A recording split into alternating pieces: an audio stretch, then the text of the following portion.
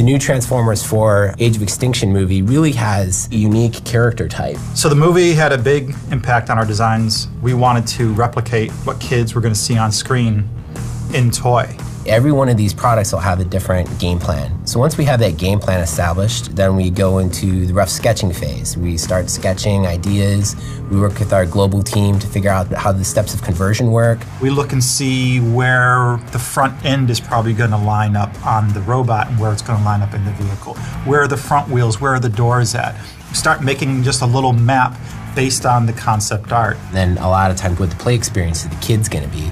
Is this a complicated conversion that's more about puzzle play, or is this something where you want to experience that magic of the movie right away?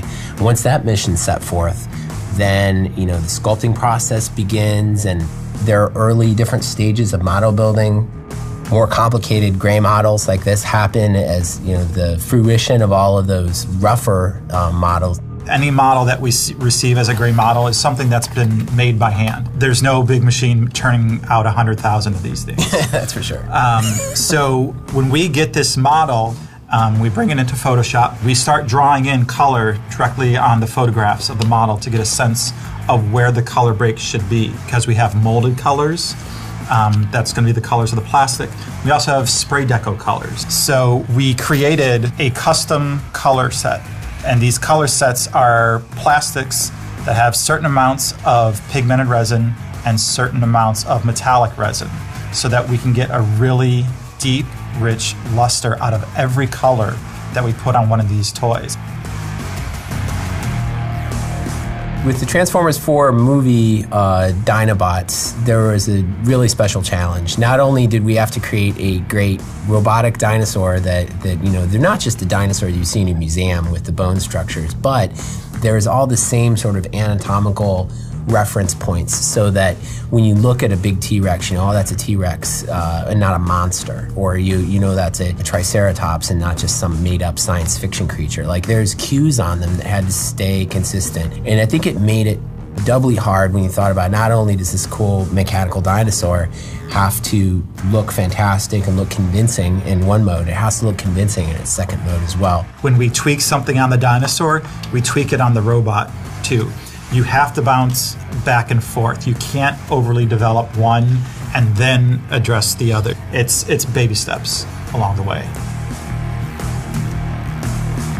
In terms of new materials, on our Deluxe Slug, we use a lot of soft PVC material. Traditionally, we use a lot of hard plastic on our guys. But on this guy in particular, we wanted to make sure that all these areas were a soft material. It gives the user a different tactile experience. They're very used to having these hard plastic toys and manipulating them around. Now you touch this and suddenly you have a different experience. You can tell that there's a material change there. I think it changes the quality of it, but it also, when you look at this guy's, his sword, for example, this is a great example, you end up with really cool undercuts when you have the PVC material, and that allows you to get much more detailed pieces. You can see here there's like a really thin line, and you can also get really great details like this guy's beard is a good example. Normally in Transformers, because of the rigid plastic, you aren't able to get a lot of that fine detail, because when you're pulling in the direction of the mold, you're not going to be able to pick up a lot of those nuances that maybe go under or around, like a beard. The guy with the big fluffy beard, you want to be able to have that cool texture. The new materials that we use in the Transformers 4 line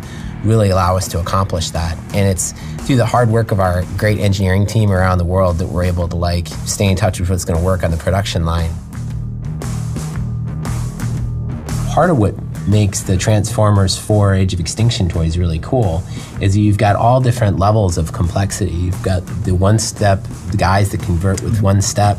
You've got characters that are more complicated, that are the generations, but they're not so complicated that I think they become a frustration.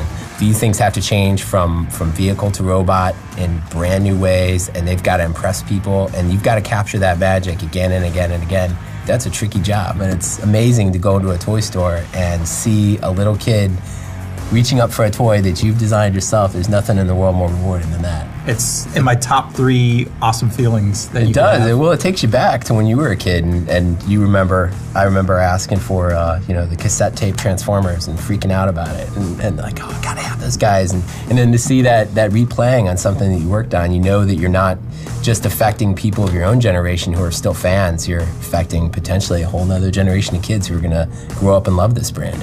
The great thing that we've seen from movie 1 to 2 to 3 and to 4 is there's a progression every time.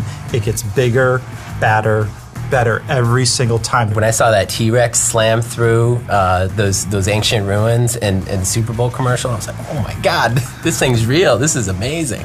Like that's pure excitement. Just when you think that Transformers can't impress you anymore, they do something like that. It just resets the level of excitement. It's crazy.